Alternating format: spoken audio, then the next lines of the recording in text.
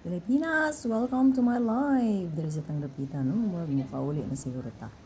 Check-in lang sa tauna para nga clear na nga to ang pagsulod dito sa atong airport domestic flight. Alright, okay, ayan.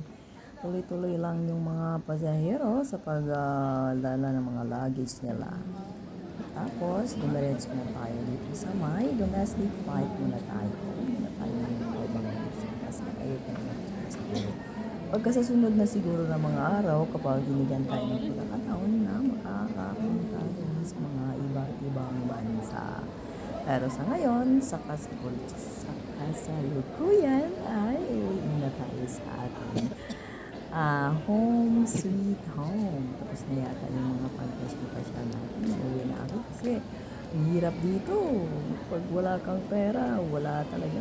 Parang mangalakal na ako dito pag magtatagal pa ako. Kaya dito, pupunta na kami sa boarding pass. So, mag-boarding na siya ang aming flight number.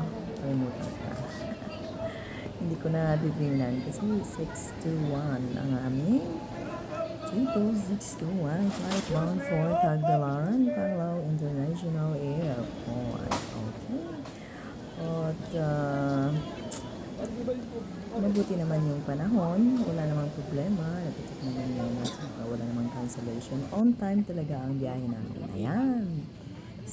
Dito na kami sa my air Cebu Pacific. Thank you for watching.